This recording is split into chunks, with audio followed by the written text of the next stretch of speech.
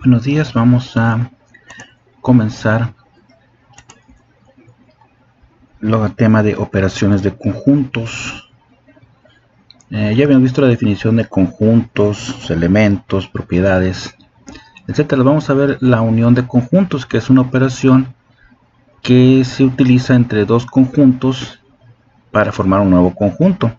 En este caso, la unión va a ser aquella en la que sus elementos X tales que pertenezcan al conjunto X o bien X pertenezca al conjunto Y, es decir, que pertenezcan a un conjunto o al otro o bien a ambos, ¿sí? Por ejemplo, en el caso que presentamos tenemos el conjunto A con los elementos 1, 3 y 5 y el conjunto B con los elementos 4, 5 y 6. La unión será entonces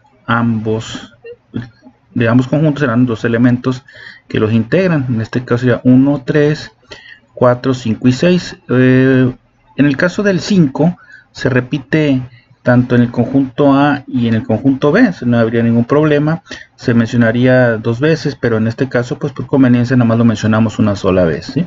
Y el orden pues también lo mencionamos también nosotros en forma que lo apreciamos de 1, 3, 4, 5 y 6.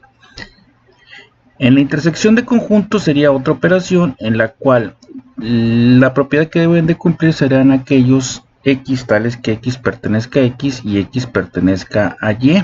Es decir, que el elemento se encuentre en ambos conjuntos, tanto en X como en Y.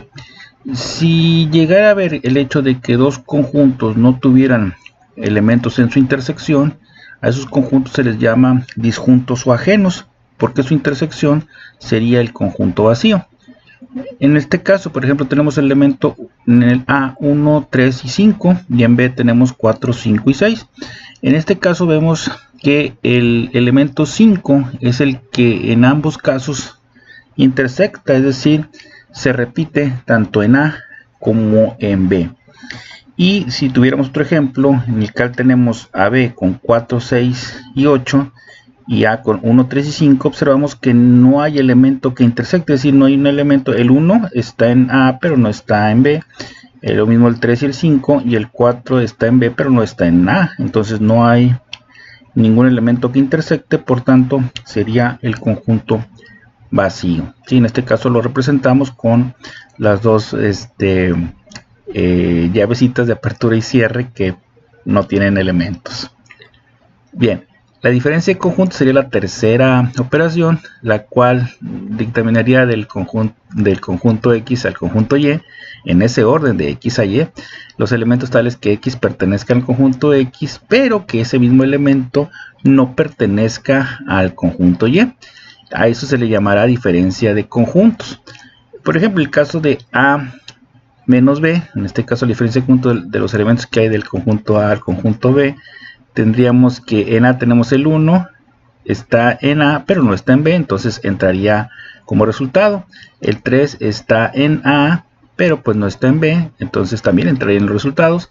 El 5 está en A pero también está en B, entonces ese no cumpliría la regla, por tanto él no entraría en los resultados, por tanto sería la diferencia de A menos B sería 1 y 3 nada más, ¿sí?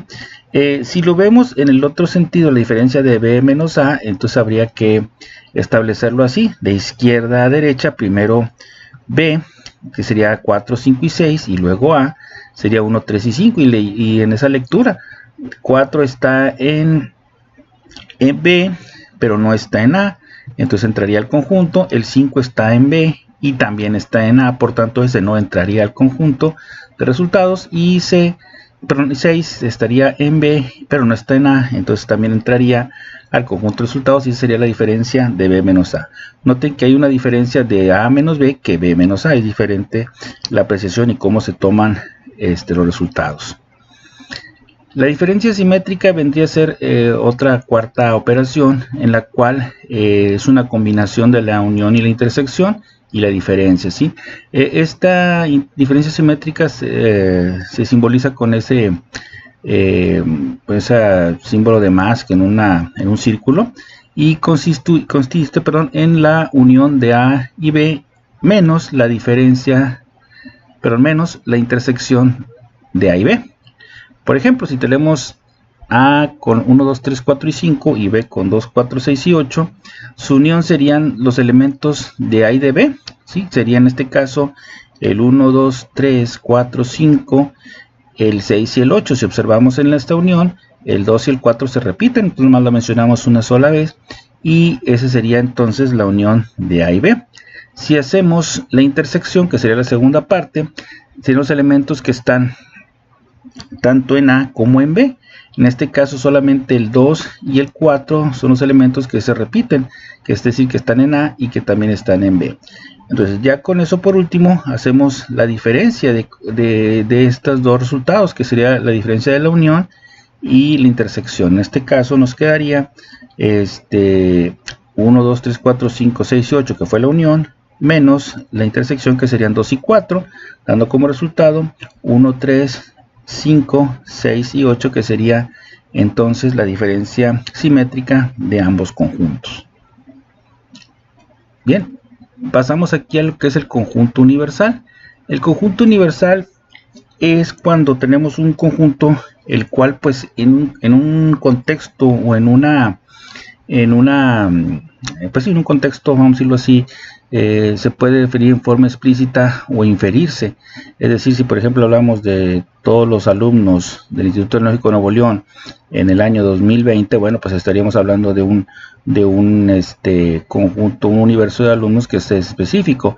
Si hablamos en específico de nuestra clase, estaríamos hablando de un subconjunto de ese universo. ¿Por qué? Porque en este caso el subconjunto pertenecería a los elementos de ese universo total, es decir, el conjunto de alumnos que esté en la clase de matemáticas discretas de 11 a 12 del día en el año 2020, seríamos un subconjunto de ese conjunto universo de alumnos. El complemento sería la diferencia entre ese universo y nosotros, que sería todo lo que complementaría a nuestro conjunto para completar ahora sí todo el universo, ¿sí? Se nota a través de una X testada, o en este caso el nombre del conjunto, y se le pone una testa. Déjame ponerle aquí esta rayita, que sería el decir o interpretarlo como un complemento de un conjunto, ¿sí? Por ejemplo, tenemos el conjunto A, 1, 3, 5, el universo sería 1, 2, 3, 4, 5. En este caso el universo es específico de los elementos del 1 al 5. El complemento sería entonces la diferencia del universo menos A. Entonces aquí le vamos a poner A, el símbolo del complemento sería el universo menos A. Serían los que están en el universo y no están en el conjunto A, que serían, en este caso, el 1 se encuentra en ambos casos, pues no entraría. El 2 sí entra en los resultados. El 3 también está en los dos conjuntos, en el universo y en A.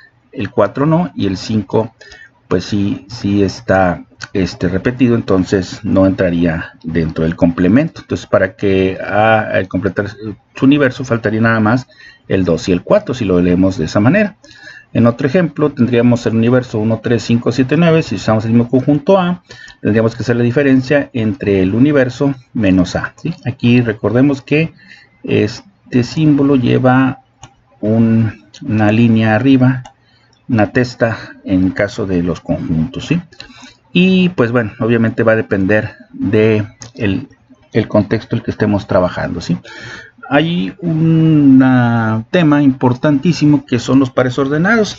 Se había hablado de que los conjuntos por definición no importaba el orden que tuviera. Sin embargo, esto en los pares ordenados obviamente sí se requiere tener o tomar en cuenta un orden determinado. Por ejemplo, si tenemos un conjunto de elementos denotado por A, B, sería distinto que tuviéramos el B como A menos que A fuera igual a B. Es decir, si los elementos de ese par ordenado son iguales, pues entonces pues sí no habría problema en el orden, pero sí representarían una idea importante el hecho de que tuviéramos el orden A, B es diferente a B, A. De aquí nos vamos a pasar al tema de del producto cartesiano de conjuntos. El producto cartesiano de conjuntos, vamos a decir, tienes un conjunto X y un conjunto Y. El conjunto X con los elementos 3, 5, 7. Y el conjunto Y con los elementos M, R y D.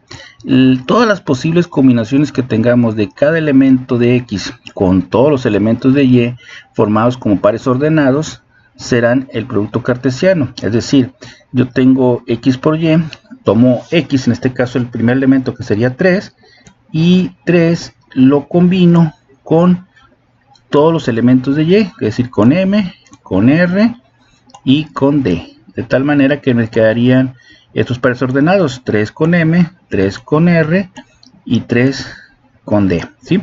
Hago lo mismo con 5, en este caso sería 5 con M, 5 con R y 5 con D, y después tomamos el 7, serían 7 con M, 7 con R y 7 con D, ¿sí? Serían los elementos que forman el producto cartesiano de X por Y, ¿sí?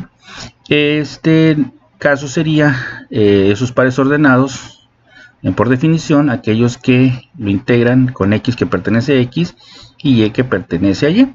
En otro ejemplo, dámoslo así, si tuviéramos X con los elementos 1, 2, 3 y Y con A y B, sería 1 con A, 1 con B, 2 con A, 2 con B, 3 con A y 3 con B, ¿sí? Ese sería nuestro primer caso.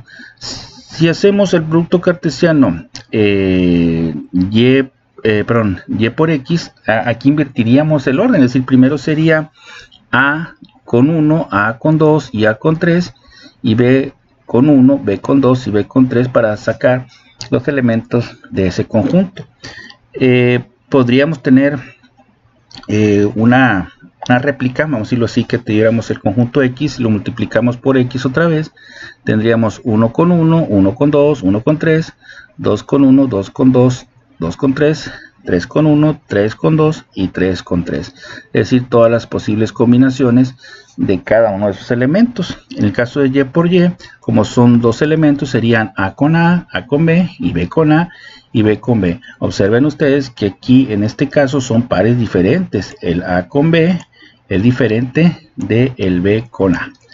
Y también hay una situación muy importante en la cual el número de elementos que tenemos en X con el número de elementos que tenemos que Y, si sacamos esos valores, tendremos todos los elementos o todos los pares ordenados del que se compone nuestro producto cartesiano.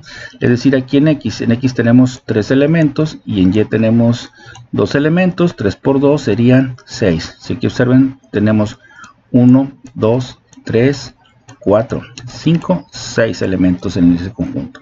En el caso de Y por Y, tendríamos 2 elementos. 2 por 2 serían 4. 1, 2, 3 y 4. Serían los elementos que componen esos pares, esos producto cartesiano con sus pares ordenados. Bien, pues vamos a hacer el laboratorio que está en la plataforma. Escríbanlo en su casa y tomen una foto y vuelvan a subir a la plataforma ya con las soluciones efectuadas. Hasta el próximo video.